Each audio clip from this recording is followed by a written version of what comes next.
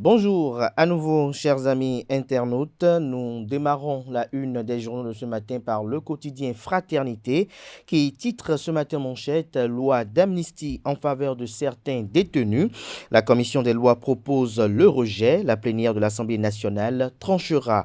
Le journal fait savoir que pas la peine de se faire d'illusions. La proposition de loi spéciale portant amnistie et ou abandon de poursuites judiciaires au profit des personnalités politiques pour des faits criminels et délictueux ne prospérera pas à l'Assemblée nationale. Il y a quelques jours, le président Patrice Talon, lors de l'entretien qu'il a accordé à la télévision nationale, avait annoncé les couleurs. Pour le premier magistrat, techniquement, une loi d'amnistie n'est pas possible. Plein d'assurance, il avait même clamé que même si le Parlement était à 100% les démocrates, une telle loi ne peut pas être votée. Malheureusement, ce n'est pas le cas et déjà la proposition de loi spéciale portant amnistie a essuyé hier un revers au sein de la commission des lois avec 17 voix défavorables contre 6 pour. D'ailleurs, il ne pouvait en être autrement car la configuration actuelle de l'Assemblée nationale n'est pas de nature à faire pencher la balance du côté des députés de l'opposition porteurs de la proposition de loi. En effet, avec 28 députés contre 81 acquis au chef de l'État sans un consensus, la fameuse proposition de loi n'avait aucune chance de franchir avec succès les différentes étapes devant conduire à son vote. Sur ce coup, peut-être bien que les démocrates poursuivent d'autres objectifs que l'obtention de la majorité nécessaire pour le vote de la proposition de loi spéciale portant amnistie. Retrouvez la suite du décryptage et de l'analyse du journal à la page 3 de sa livraison de ce jeudi. Bénédiction des couples de même sexe, la conférence épiscopale du Bénin s'oppose au Vatican. Le quotidien Le Matinal en manchette, Assemblée nationale, premier échec de la proposition de loi spéciale d'amnistie, les regards tournés vers la plénière. On peut lire également Cotonou, des produits psychotropes saisis. Des détails sur cette saisine des éléments de l'Ocertide à la page 4 de la livraison de ce matin du journal.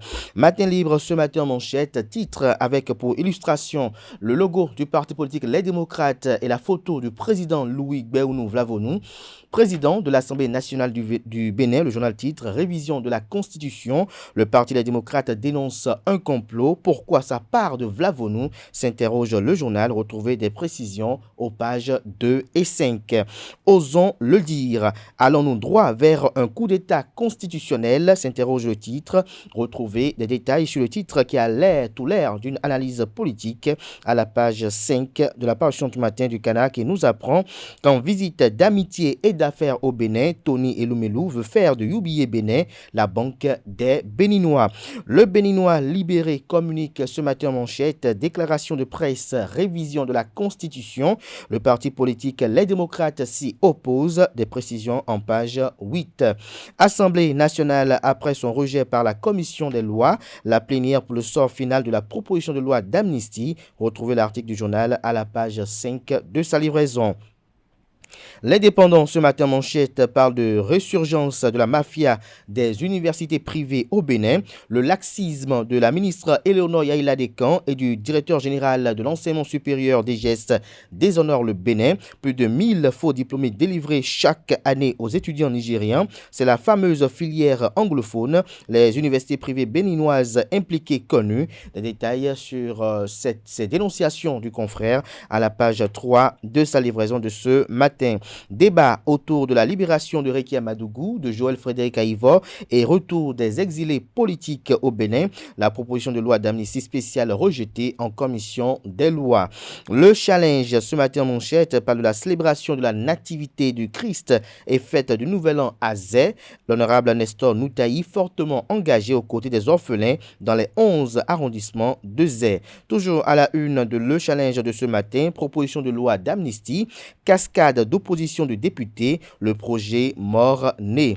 Nord-Sud quotidien à présent, loi d'amnistie, sans surprise, le projet s'achemine vers son échec. Faux diplôme, le Nigeria prend une décision contre le Bénin. Le Figaro national ce matin en manchette, deuxième édition du festival We Love Eya. Lionel Talon réussit une belle prouesse, le cadeau de fin d'année parfait pour la jeunesse, estime le confrère qui relaie dans les colonnes de sa parution les vœux du président Joseph Fifame Diogbenou, ancien président de la Cour constitutionnelle du Bénin et actuel président du parti politique Union progressiste, le Renouveau. Le pays émergent en manchette, Assemblée nationale, la loi portant amnistie pour la libération de Rekia Madougou, de Joël Frédéric Aïvo et consorts, rejetée par la commission des lois, un cinglant revers pour les députés du parti politique Les Démocrates. Toujours à la une de Le Pays émergent de ce matin, lutte pour la qualification en Super League Pro du championnat national de football. L'arbitrage béninois otage de certains membres du comité exécutif de la Fédération béninoise de football. Des arbitres manipulés pour fausser les résultats des matchs.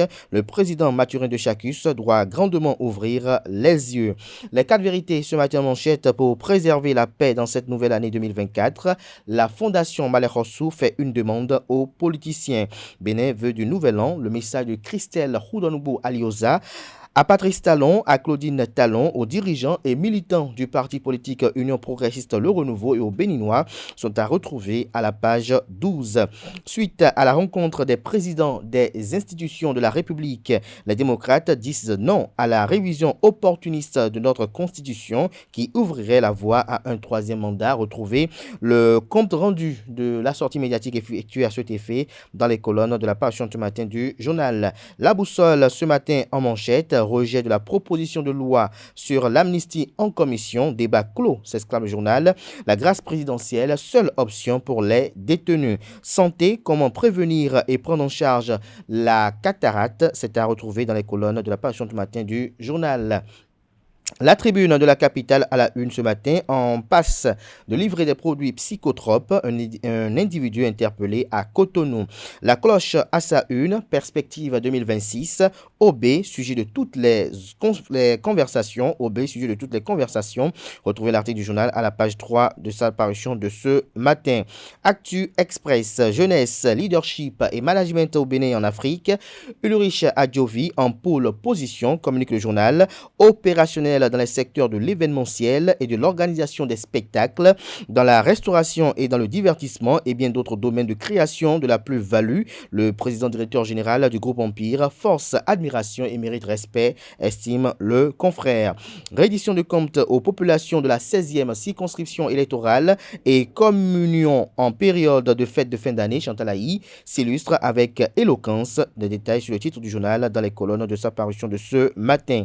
Velléité tendancieuse de révision de la Constitution sur fond d'une assemblée constituante, un spectre pesant de parjure sur les initiateurs entre illégalité et illégitimité, des personnes aux objectifs inavoués, aux visées antipatriotiques, tentent de porter atteinte aux principes fondateurs du régime de démocratie libérale en cours au Bénin depuis février 1990.